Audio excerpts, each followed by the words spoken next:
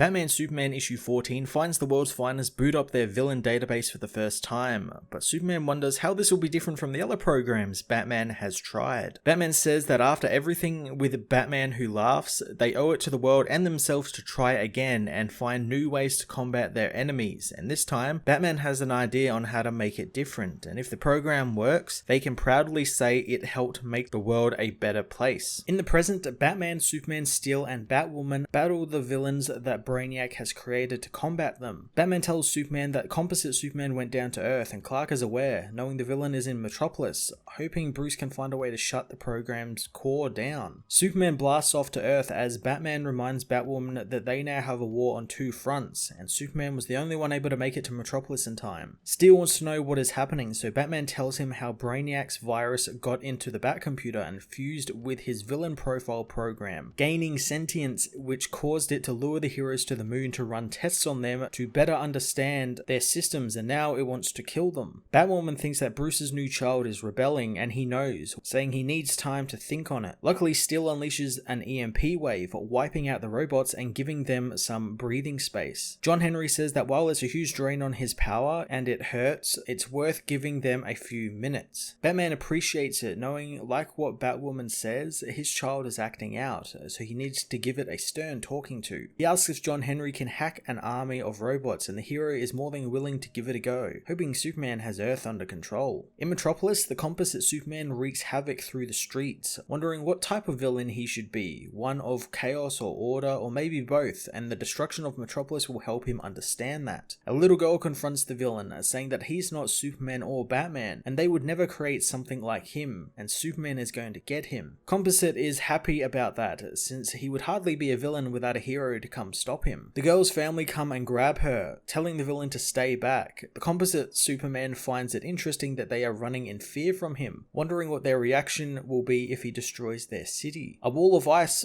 forms between the villain and the people as Superman arrives, telling them to leave as he confronts the being, asking why he is doing this. The Composite Superman says that he's only utilizing the program that he and Batman gave him to understand the mind of a villain, and the most efficient method to do this is to become a villain. Superman knows that destroying Metropolis will not fulfill his programming, since he's been corrupted, and if he comes with the hero to the moon, they can help him. Composite Superman says that he has watched Batman and Superman's strategies thanks to the maze on the moon, and they have taught him everything he needs. Superman knows that's not true, as Composite attacks him, knowing killing Superman will make him a proper villain. The villain beats Superman around, saying that the best villains always think that they are the heroes in their own stories, but yet Superman seems incapable of considering that he could be the villain here. Steel meanwhile links Batman up to the Joker robot so he can access the program core. Batman says that whenever a Robin grew frustrated with him, he would talk with them one-on-one and on their level, but Steel knows that this isn't like one of his sidekicks. This is the deadly program that wants to kill them. Steel reminds Batman that he has to keep the robots running while Batman is inside the system, or it could kill both him and the Dark Knight, which means Batwoman needs to keep the army of robots busy. Batman plugs into the virtual world, flying through the computer as he sees buildings that each represent one of the villain files they had. Brainiac says that Batman isn't welcome there, since now Batman is the virus, and Brainiac's computer is impossible to infect now, unlike the Batcomputer. Batman says that he just wants to talk, but the program knows that it's just a distraction for Superman, which is futile since while he's speaking with Bruce there, his new body is demolishing Superman on Earth, and he will kill him and prove he is a villain. Batman says that he's not going to destroy the program, only wanting to ask him one question. Superman meanwhile asks Composite Superman that all villains have a reason for being, as Batman tells the program that he was made to stop villains and help the heroes. But now that he is a villain, how does he stop himself? Composite Superman tells Superman what all of their villains want, citing how many of the villains want power or control or both. Batman tells the program that the very first file that he put into the program was them, which is why the program took the form that looked like them. Superman asks again what the Composite Superman wants and why he wants to fulfill his programming, but thanks to said programming, it becomes overloaded by how illogical it is. The overload shuts down the program and destroys the Composite Superman, as the destroyed being asks if Superman and Batman are proud of him. Batman disconnects from the system, knowing their plan worked, and they overwhelm the program long enough for Steel to download it into a closed system, which is the Robo Joker head, since it was the only one with a big enough hard drive. Batman knows that finally Joker's mind works in his favor as Batwoman reveals that she has taken out all of the other robots, mainly thanks to her military prowess. As Batman calls in the Bat spaceship, the base begins to crumble since the program isn't keeping it stable anymore. Unable to stay in the base, the heroes try to escape, knowing they need to either risk death or reach the spaceship. Batman tells them all to have a little faith as Superman arrives, grabbing all of the heroes and getting them out of the crumbling base and to the spaceship. Later on at the Batcave, the heroes watch the warning Batman sent them, learning that it was sent directly to Steel and Batwoman. Steel asks why, so Superman says that there are lots of heroes in Metropolis and Gotham, but they need people who can take their caseload and lead those heroes. And those heroes are Steel and Batwoman. Batwoman asks what they did with the Joker head, learning that the program was uploaded into an old closed-off computer that Bruce found in